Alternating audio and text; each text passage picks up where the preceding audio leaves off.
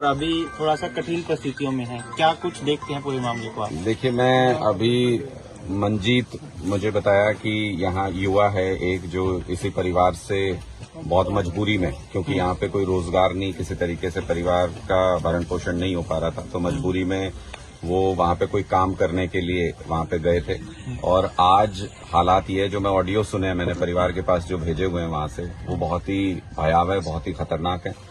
वहां से मंजीत ये कह रहा है कि बहुत बुरे हालात हैं, चारों तरफ गोलियां चल रही हैं और युद्ध के बीच में धकेल दिया है उन लोगों को, वो फंस गए हैं वहां पे। ये सरकार की जिम्मेदारी है कि आज एक पिता गुहार लगा रहा है, ये कल गए हैं प्रशासन के पास भी, इन्होंने रिक्वेस्ट किया है कि इसमें मदद करें, लेकिन ये भारत सरकार की जिम्मेदारी है। हमारा नागरिक अगर कहीं भी फंसता है किसी मुसीबत में, तो उसको सुरक्षित निकाल के लाना भारत सरकार की जिम्मेदारी है।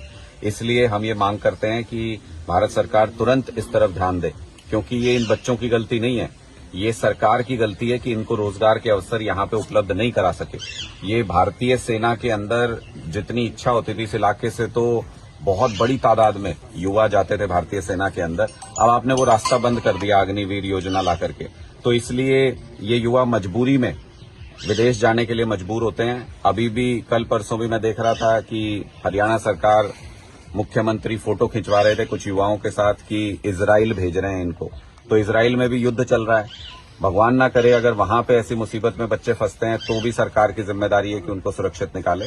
और ये जो रशिया में जो बच्चे हमारे फंसे हुए हैं, मटोर गांव के ही 7-8 बच्चे हैं कम से कम, तो मैं सरकार से ये अनुरोध करता हूं और मांग करता हूं कि इन बच्चों को सुरक्षित वहां से निकाला जाए, वापस ला सकें वापस लाया जाए, और नहीं तो वहां पे ही रशिया में ही सुरक्षित इलाके में कम से कम इनको रखा जाए। किसी भी युद्ध से, बाहरी देश के युद्ध से हमारे देश के किसी भी युवा का कोई संबंध नहीं है, हमारे देश का कोई पार्टिसिपेशन किसी युद्ध में नहीं है। तो अगर हमारे नागरिक को कहीं युद्ध में धकेला जाता है, तो जिम्मेदारी भारत सरकार की बनती है कि अपने नागरिक को सुरक्षित वहां से निकालें। इसलिए हम मांग करते हैं सरकार से कि तुरंत प्रभाव से इस पे कदम उठाना चाहिए, कहीं देर ना हो जाए, कहीं किसी तरह का कोई नुकसान ना हो जाए।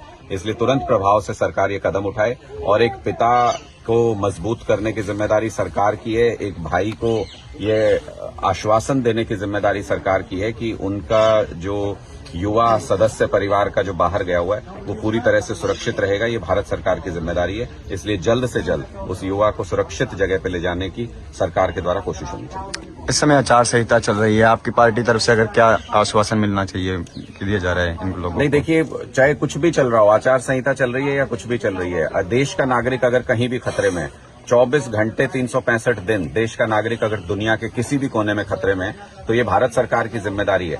ये तो मोदी जी तो कहते हैं कि ये तो युद्ध रुकवा देते हैं फोन करके, इतना इनका दबदबा है, तो फिर हमारे बच्चे खतरे में क्यों हैं? तो फिर उनको सुरक्षित बाहर क्यों नहीं निकाला जा सकता? तो इसलिए मुझे लगता है कि बजाय इसके कि हम अपनी पीठ थपथपाते रहें कि पूरी दुनिया में हमारा डंका बज रहा है, आज समय है कि हमको दिखाना चाहिए कि दुनिया में हमारा डंका बज रहा है। और अगर हमारा कोई भी नागरिक कहीं भी असुरक्षित है, कोई युवा कहीं बाहर फंसा हुआ है, तो उसको सुरक्षित निकाल के लाना ये जिम्मेदारी है सरकार की। मोदी जी आज ये दिखाएं कि देश का कितना उन्होंने कद बढ़ाया है और कितने ऐसे हालात में कैसे अपने नागरिक को सुरक्षित निकाल करके ला सकते हैं। किसी विकसित देश का कोई भी नागरिक अगर कहीं बाहर फंस जाता है, वो सारे संसाधन उसके पीछे लगा देते हैं अपने व्यक्ति को वहां से निकालने के लिए। आज ये देखने का समय है कि क्या भारत सरकार उतनी ताकत लगाएगी अपने हरियाणा के युवा बच्चों को वहां से निकालने के लिए जो युद्ध के बीच में फंस गए हैं। हम इस मुश्किल वक्त में पूरे परिवार के और पूरे गांव के, पूरे इलाके के साथ हैं, इनके इस दुख में शामिल हैं और सरकार से मांग करते हैं कि जल्द से जल्द इस समस्या का समाधान करें। धन्यवाद।